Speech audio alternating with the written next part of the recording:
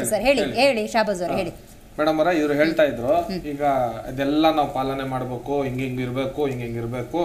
ಈ ನಾಡನ್ನು ನಾವು ಹಿಂಗ್ ಕಟ್ಟಬೇಕು ಅನ್ನೋ ರೀತಿಲಿ ಪಾಪ ದೊಡ್ಡದಾಗಿ ಹೇಳಿದ್ರು ಇವ್ರಿಗೊಂದು ಮಾತಾಡಕ್ ಇಷ್ಟಪಡ್ತೀನಿ ನಾನು ಫಸ್ಟೇ ಜನಗಳ ಕ್ಲಿಯರ್ ಆಗ್ಬೇಕು ಕಾಂಗ್ರೆಸ್ ಬಿಜೆಪಿ ಬಾಯಿ ಬಾಯಿ ಹಮ್ದೋ ಏಕೈ ಅಂತ ಹೇಳ್ಬಿಟ್ಟು ಇವ್ರಿಗೊಂದು ನಾರ ಬರ್ಬೇಕು ಒಂದು ಎರಡನೇ ದಿನ ರಾಜ್ಯದ ವಿಷಯ ಬಂದಾಗ ಈಗ ನಮ್ಮ ಕಾಂಗ್ರೆಸ್ ಜಾತ್ಯತೀತ ಪಕ್ಷ ರೀ ಕಾಂಗ್ರೆಸ್ ಬಿಜೆಪಿ ಯಾಕೆ ನೀವು ಸಂಬಂಧ ಕಲ್ಪಿಸ್ರಿ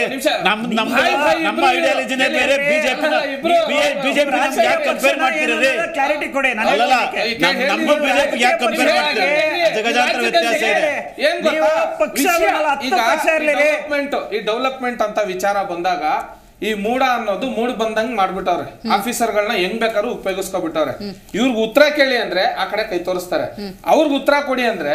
ಅವರು ನಾವು 1 ವರ್ಷದಿಂದ ನೀವ್ ಹಿಂಗ್ ಮಾಡ್ಬೇಕಿತ್ತು ಗ್ಯಾರಂಟಿ ಕೊಟ್ಟಿ ಅಲ್ಲಿಂದ ಹಾಲ್ಕೋ ಹಾಲ್ವರೆಗೂ ಮೋಸ ಮಾಡಿದೆ ಕಾಂಗ್ರೆಸ್ ಅಂತ ಹೇಳ್ತಾ ಇದಾರೆ ನೀವ್ ಇಷ್ಟ ದಿನ ಇದ್ರಲ್ಲಿ ನೀವೇನ್ ಮಾಡ್ತಿದ್ರಿ ಏನ್ ಆಗಿರ್ಲಿಲ್ಲ ಅಂತ ಪ್ರಶ್ನೆ ಹೇಳ್ರಿ ಏನಾಗಿಲ್ಲ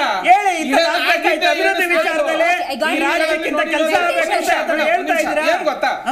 ಈಗ ಇರೋ ರಾಜ್ಯ ವಿಚಾರ ಒಬ್ಬ ಸಾಮಾನ್ಯ ವ್ಯಕ್ತಿ ದುಡ್ಕೊಂಡು ತಿನ್ನೋನು ಕೂಲಿ ಕೆಲಸ ಮಾಡೋರು 400 500 1000 ದುಡ್ಕೊಂಡು ಅವ್ರ ಜೀವನ ಕಟ್ಟೋದು ಬಹಳ ಕಷ್ಟ ಇದೆ ಒಂದು ಸ್ಕೂಲ್ ವಿಚಾರ ಬಂದಾಗ ಜನಗಳಿಗೆ 30% ಇವರು ಕಾಂಗ್ರೆಸ್ ಸರ್ಕಾರ ಹೆಚ್ಚಿದ್ದಾರೆ 75,000 ಸ್ಕೂಲ್ಗಳಲ್ಲಿ ಹಣ ವಸೂಲಿ ಮಾಡೋ ಸರ್ಕಾರ ಆಗಿದೆ ಇವರು ಕಾಂಗ್ರೆಸ್ ಒಂದು ಇದ್ರ ವಿಚಾರ ಮಾತಾಡಲ್ಲ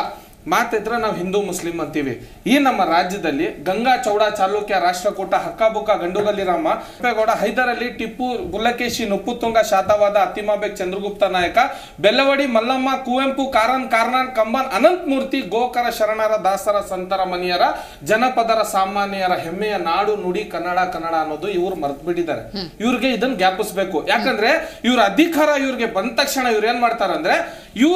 ಇವ್ರ ಅಪೋಸಿಷನ್ ಜನಗಳು ಮೂರ್ಖರು ಏನಕ್ಕಂದ್ರೆ ಇವ್ರಿಗೆ ಅಧಿಕಾರ ಕೊಡ್ತಾರೆ ಕೊಟ್ಬಿಟ್ಟು ಈಗ ನಾವು ಬೊಂಬಡ ಹೊಡ್ಕೊಂಡ್ರೆ ನಮ್ ಸೈಟ್ ಹೋಯ್ತು ಅಂದ್ರೆ ಇವತ್ತು ಈ ಬೆಂಗಳೂರಲ್ಲಿ 1 ಅಡಿ ಜಾಗ ನಿಂತ್ಕೊಂತೀವಿ ಅಂದ್ರು ಪಾರ್ಕಿಂಗ್ ಮಾಡಾಕ್ತಾರಲ್ಲಿ ಅಂತದ್ರಲ್ಲಿ ಆಚೆ ಕಡೆಯಿಂದ ಬೇರೆ ಸ್ಟೇಟ್ ಇಂದ ಬಂದವನು ನಾವೇನ್ ಹೇಳ್ತೀವಿ ನಮ್ ಭಾರತ ಒಂದು ಸ್ಟೇಟ್ ಇಂದ ಒಂದ್ ಸ್ಟೇಟ್ ಅಗ್ರಿಮೆಂಟ್ ಆಗಿದೆ ನಾವೇನೋ ಅವ್ರಿಗೆ ಕೊಡ್ತೀವಿ ಅವ್ರೇನೋ ನಮಗ್ ಕೊಡ್ತಾರೆ ಇದೆಲ್ಲ ಹೇಳ್ತಾರೆ ಇವತ್ತು ವಿಚಾರ